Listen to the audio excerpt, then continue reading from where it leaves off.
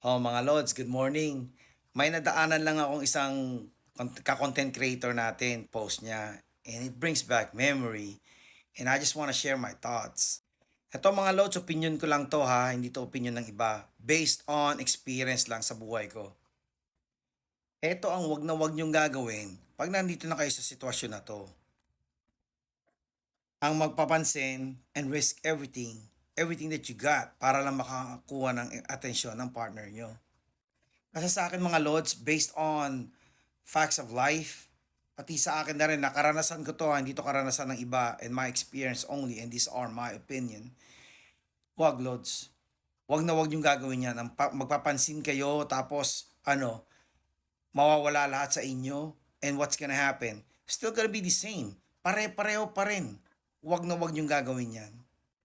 Ito, ang isa sa the best opinion or best advice na ma-advise ko sa inyo based on my experience in life. Tandaan nyo to mga Lods, pag may kapalit, madaling makalimutan mga Lods. Tandaan nyo yan. Huwag na huwag kayong magpapapansin, huwag na huwag kayong you're gonna lose your life over that para mapansin kayo and all that. No, no, no. Never do that. Kasi anong mangyayari? Iiyakan lang kayo, right? And then what's gonna happen? Still gonna be the same. That person na pinapapansinan nyo, still gonna move on. Kasi ayaw niya sa inyo. Ganun lang yun mga Lods. Kung ayaw sa inyo, turuan nyo sarili nyo. Sabihin nyo sarili nyo, ayaw ko rin sa inyo.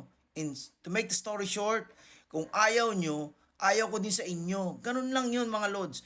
Never lose your life. Never sacrifice anything. Wag na wag nyo i-risk what you have para lang makuha nyo pabalik yung tao na yun. No. No.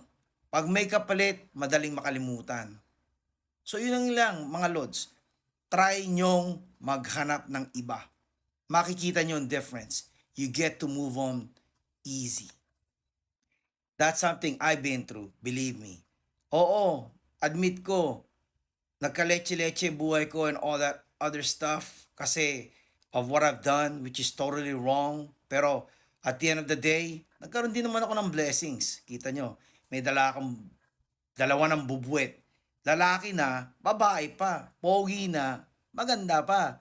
It's my baby. On my own opinion lang hindi sa ibang tao. One pogi and one maganda. It's a blessing.